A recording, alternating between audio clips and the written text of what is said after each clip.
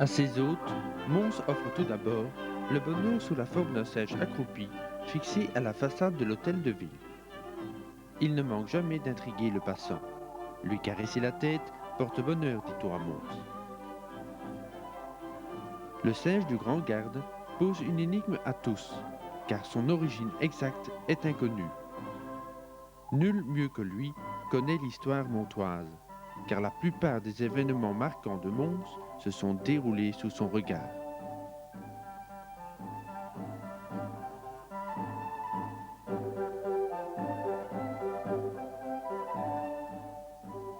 Passé le portail de l'hôtel de ville, les clés de voûte, qui à la croisée des nervures sont décorées de scènes montrant les échevins à l'œuvre et l'application de certaines peines.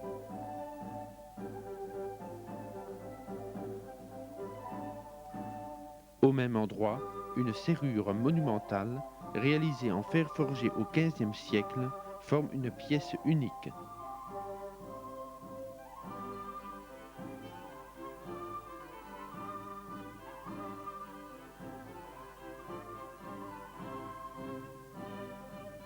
À Mons, le Mailleur dispose de charmants jardins aux beaux arbres centenaires.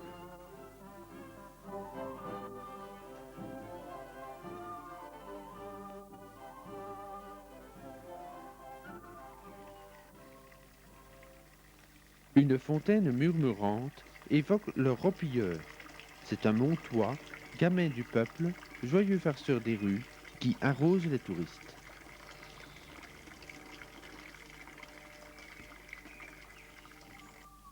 Un campanile de 1716 surmonte la toiture à forte pente de l'hôtel de ville. Ce campanile contient la plus vieille cloche de Mons de 1390, jadis tocsin d'alarme. Un cadran horaire sur 4 faces, une horloge astronomique et une horloge de nuit mue par un ingénieux système lumineux.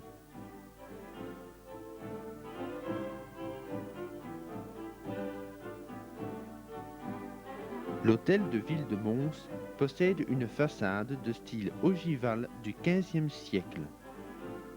Ce bâtiment principal se dresse entre les façades Renaissance de la Toison d'Or et la chapelle Saint-Georges, début du XVIIe siècle.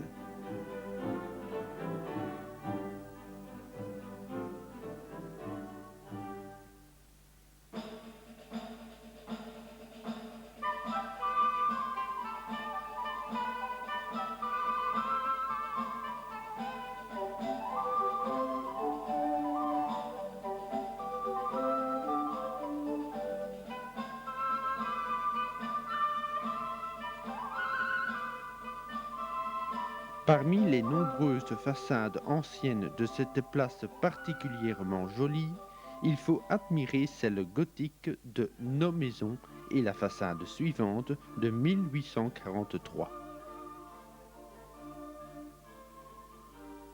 La plupart des autres façades du Forum montois remontent au XVIIIe siècle. L'une des plus jolies, le numéro 5 et le numéro précédent, ancien hôtel de l'Aigle d'Or de 1780. Notons que certaines maisons ont des caves superposées qui parfois s'avancent sous la place. Parmi ces façades du XVIIIe et XIXe siècle, une exception de qualité, celle du blanc lévrier de 1530, pourvu d'arcs en encorbellement et de fenêtres à meneaux. Bel exemple de maison gothique montoise. Elle porte les armoiries de Charles Quint et le collier de la Toison d'Or. L'enclos du chapitre, la collégiale Sainte-Vaudrue. Ce vaste édifice de style gothique tardif, très homogène malgré la lenteur des travaux, fut commandé par les chanoinesses désireuses de remplacer leur église romane par un bâtiment moderne au goût du temps. Les travaux ne furent jamais terminés. La tour orgueilleuse qui devait s'élever en façade à une hauteur de 190 mètres n'existe que sur plan. Les gargouilles de Sainte-Vaudrue sont nombreuses et originales. Ces gueules éjectent les eaux de pluie à distance des murs.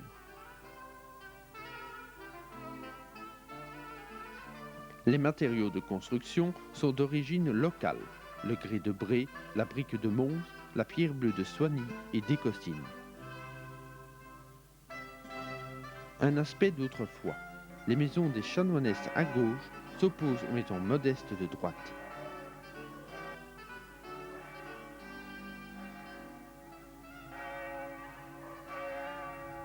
Vers la rue Notre-Dame d'Ébonnaire. On y trouve le musée du chanoine puissant.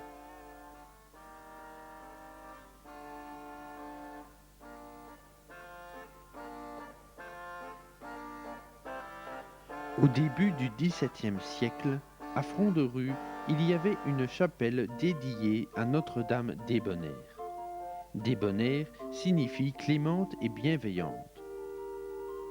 Malheureusement, la petite chapelle fut rasée pour y bâtir une vaste maison. À 2 reprises, la bâtisse s'effondra, jusqu'au jour où le propriétaire fit aménager une niche dans une fausse fenêtre.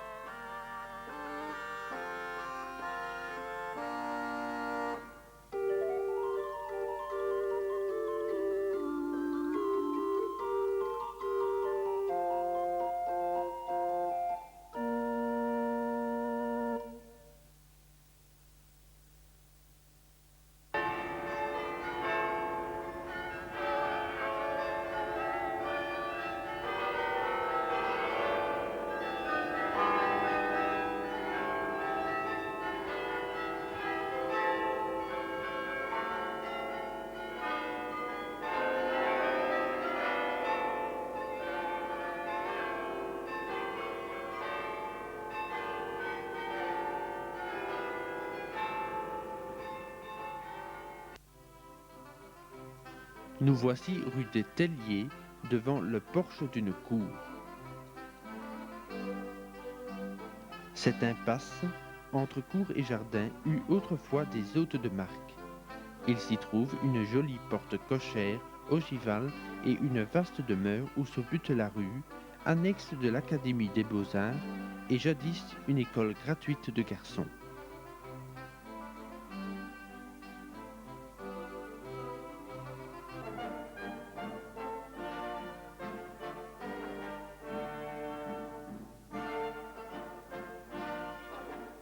L'ancienne rue de Sepmerie, appelée dès le XVe siècle rue des Compagnons, en rappelle des membres d'une confrérie sans doute.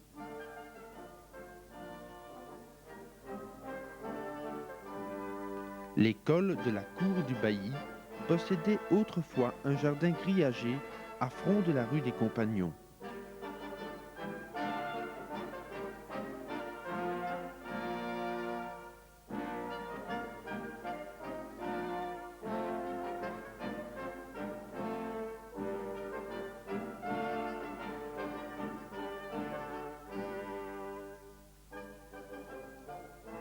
C'est encore un quartier du vieux Mons qui a gardé son aspect d'autrefois. Toutes ces demeures y sont anciennes.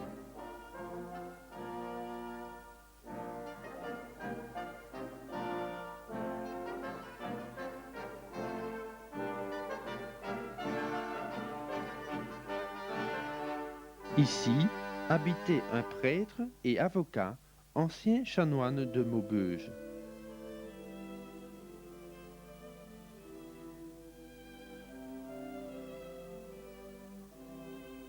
Dans les quartiers tranquilles du vieux Mons, une porte discrète peut dissimuler un autre monde. Derrière ce mur daté de 1555 somnole l'Ataka, l'Atraka, c'est-à-dire le cimetière à chats. Ce nom vient probablement du fait que les nobles à qui était réservé ce cimetière de Sainte-Vaudrue avaient l'habitude de se faire enterrer avec leurs animaux de compagnie. La chapelle Sainte-Marguerite a été joliment restaurée par le chanoine puissant. Il a consacré son existence à restaurer monuments et châteaux. Il est né à Renay et mort à Mons. Du côté de la chasse du Bon Dieu, on trouve de petites maisons qui sont des témoins des logis ouvriers d'autrefois.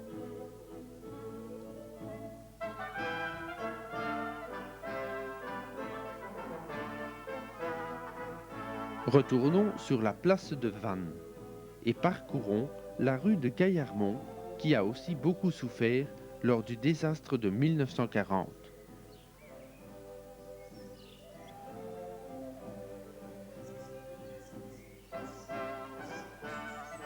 De nombreuses maisons ont été anéanties. Il reste cependant quelques vieux murs et des vieux pavés.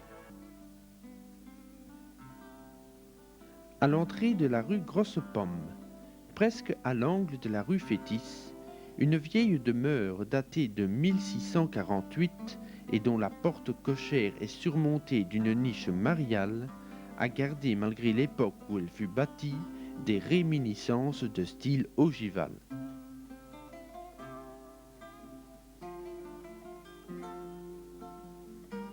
Dans la rue Fétis s'ouvre l'ancien refuge de l'abbaye de Saint-Guilain, construit en 1726. Cette construction est bâtie en briques et pierres avec sa chapelle à clocheton et une niche très décorative. Cet édifice harmonieux illustre l'architecture montoise de la première moitié du XVIIIe siècle, avec quelques relents baroques. C'est dans la rue Terre-du-Prince que sont gardés les vestiges de la première enceinte donnant à Mons droit de cité. Le charme du silence de la Terre-du-Prince incite les passants à le respecter. La rue de Nast, étroite et déclive, qui unit la Terre-du-Prince à la rue des Capucins, a été tracée sur l'emplacement d'une partie des jardins de l'ancien hôtel de Nast. Celui-ci, presque totalement détruit lors du siège de 1691 que Louis XIV imposa à la ville, avait été longtemps la résidence des comtes et des ducs de Bourgogne.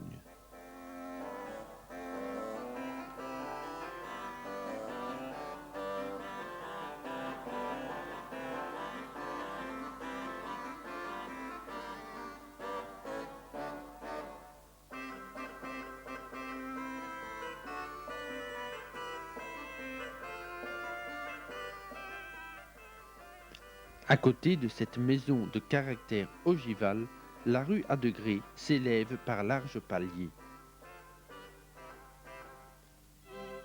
Les vieilles rues de Mons ont leur charme, et il est à souhaiter que rien ne vienne jamais le rompre. Le dimanche de la Trinité, la rue des Clercs s'anime. Le carillon chante le traditionnel doudou pour la Ducasse, dont l'apothéose est le combat dit Lumeçon.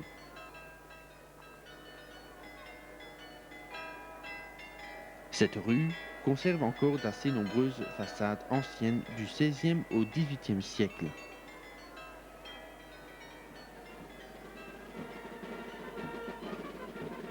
Des familles nobles y résidaient. Dans les demeures plus modestes habitaient des artisans tels que boutiquiers, ferblantiers, tailleurs, cordonniers, serruriers, épiciers, boulangers, marchands de vin, de bière et de genièvre. On trouvait donc sur place tous les fournisseurs désirés. Ces maisons, avec pignons à gradins, sont de style gothico-renaissance.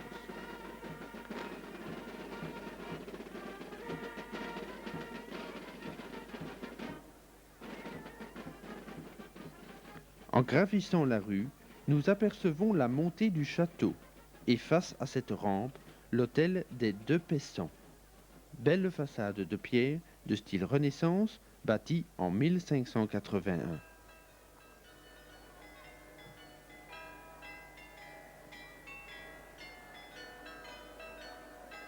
La pittoresque maison espagnole de la rue des Clercs, entièrement en briques, est devenue la maison de la presse. Son architecture est typique du XVIIe siècle.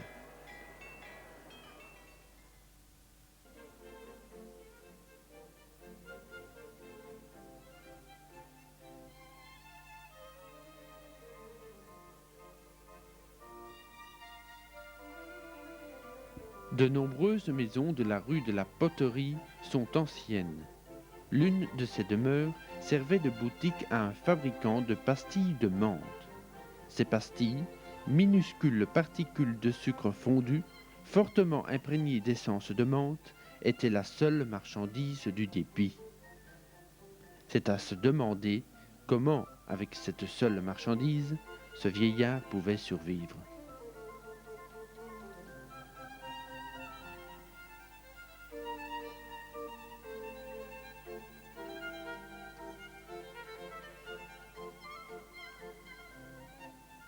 Il y avait une enseigne de ramoneurs de cheminées, et c'étaient des petits Savoyards qui effectuaient ce travail. Leurs vêtements, couverts de suie, étaient lamentables. Une enseigne parlante portait l'inscription « Aux petits Savoyards du Mont-Blanc, ramoneurs de cheminées ». Ici dévale vers la rue Samson la Voussure Saint-Germain.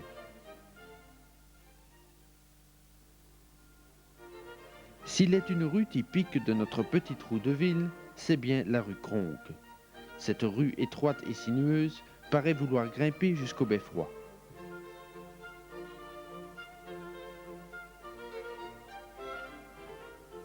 Cette maison de la fin du XVIe siècle, avec son soubassement de pierre et son grand arc brisé, possède des ancrages typiques de cette époque.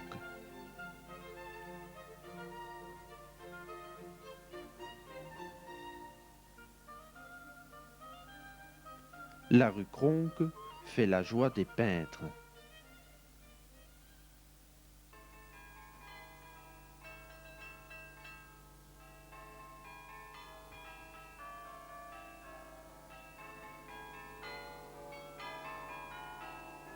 L'élégant beffroi, dit tour du château, est un des symboles de la ville.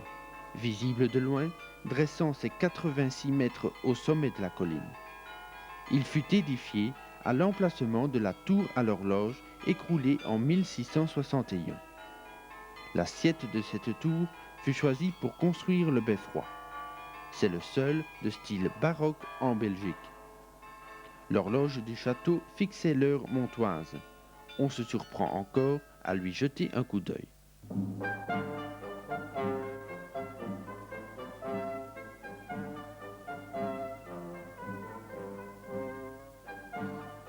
La rue d'Avray a toujours eu pour moi un attrait particulier, car j'y ai logé pendant quelques années d'études. Plusieurs fois par semaine, je l'ai parcourue sur toute sa longueur, et la plupart de ses vieilles maisons me sont familières.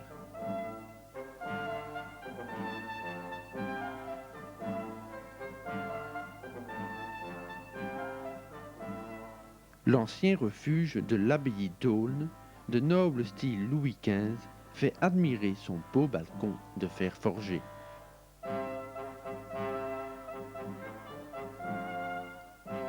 Le refuge de l'abbaye de Bélian a été érigé en 1775. Il possède une façade classique parfaitement symétrique en pierre.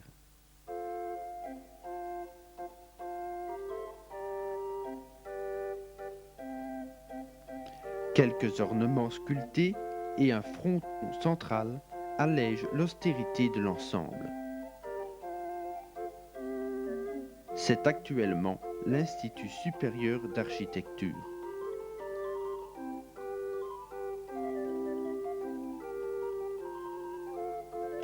Beaucoup de maisons de cette rue ont des curieuses enseignes sculptées dans la pierre.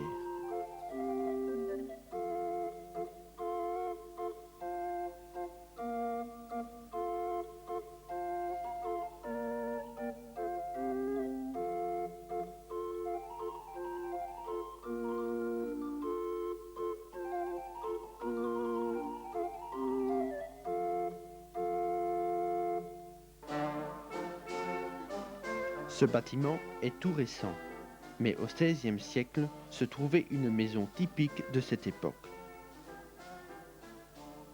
À l'angle de la rue des Épingliers et de la rue du Haut-Bois, cette maison de 1711 possède un beau pignon espagnol mouluré. Mons est une ville studieuse. Devant la cour d'honneur de la faculté polytechnique, un monument rappelle le souvenir des fondateurs.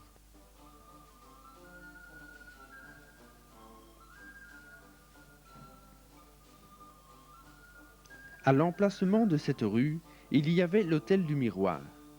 Il fut détruit lors du percement de la rue qui porte ce nom. Les maisons en briques et pierres y furent construites au XVIe siècle. Cette maison, avec arc trilobé, est un vestige de ses premières constructions. Au bas de la rue, c'est le marché aux poulets.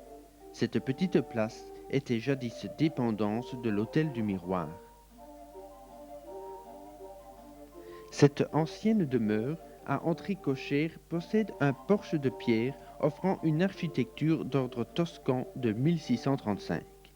Beaucoup ignorent que cette place fut jusqu'en 1832 le marché aux poissons. Celui-ci fut transféré sur les bords de la Trouille, traversant alors la ville au bas de la rue de la Halle, dans un bâtiment d'architecture orientalisante. En 1831, la Trouille fut détournée et le marché couvert démoli.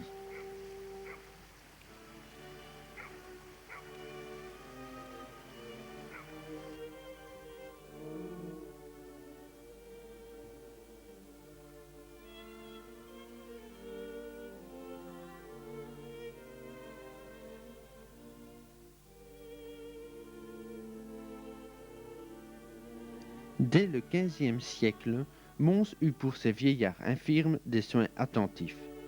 Alors fut fondé l'hospice des Chartriers. La belle façade de pierre, de style Renaissance, est surmontée d'un élégant fronton élevé au XVIIIe siècle.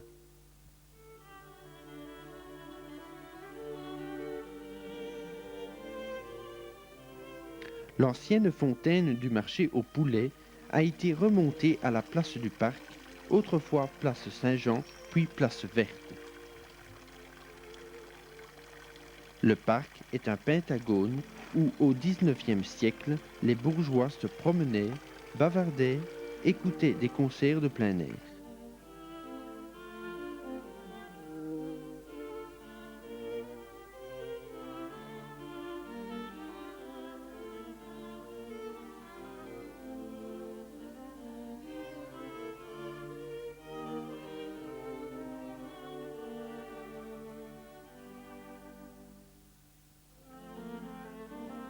La jolie façade de la chapelle des Visitandines sert de toile de fond au décor du parc. Elle date de 1717 et est caractéristique du baroque local et tardif.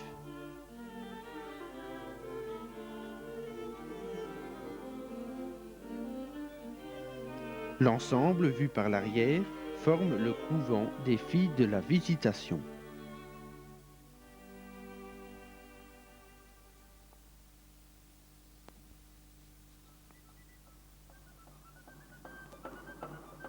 Ces bâtiments fortifiés, les casemates, étaient autrefois destinés à entreposer le fourrage pour les chevaux de la cavalerie au XVIIIe siècle.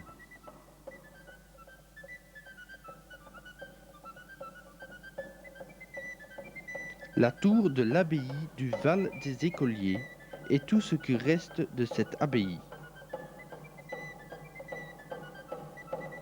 Elle est percée d'une porte gothique en accolade et s'élève sur une base de grès de bré du XVe siècle. Cette tour de pierre de style classique date de 1742. Contre l'un de ses murs, quelques vestiges de cette ancienne abbaye.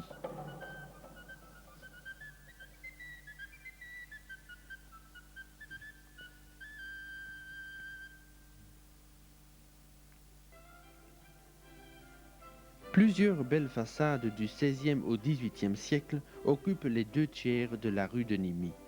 Cette maison possède l'une des plus jolies façades de pierre du XVIIIe siècle conservées à Mons, avec la boiserie d'allure Louis XV et agrémentée de claveaux dans les arcs.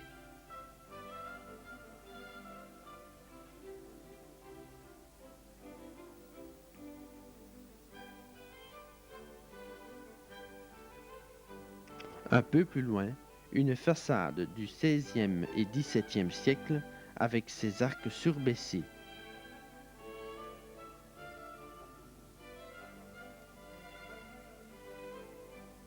À côté du palais de justice, à l'emplacement du refuge de l'abbaye de Cambron, la maison Losso, un modèle rare de moderne style.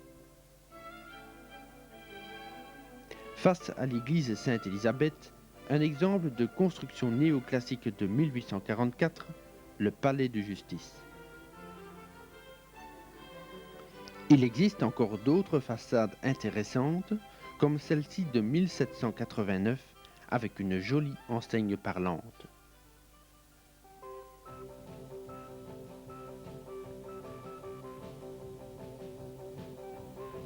Mons, c'est un coup de cœur.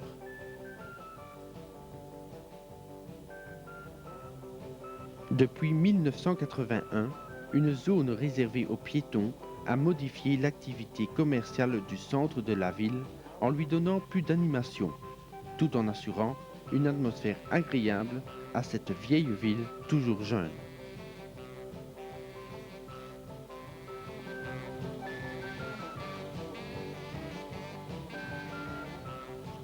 Il fait toujours beau ici, surtout les jours de soleil. Le souvenir de votre visite à Mons ne serait pas complet si, après avoir parcouru ces vieilles rues, vous ne vous détendiez à la Grand Place à l'heure de l'apéro pour saisir ce qu'est la convivialité et le bonheur de vivre.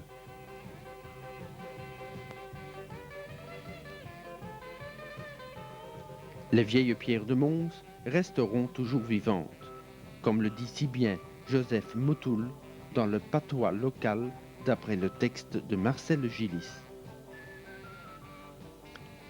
Et v'là l'histoire des vieux cailloux qui louent nos tripes et nos bouillots. Petit enfant, petit montois, ce que tu sais, bec tout ça, c'est à toi. Apprends à les aimer, un chuchant des piquantes, et les vieilles pierres des mons resteront tout dit vivantes.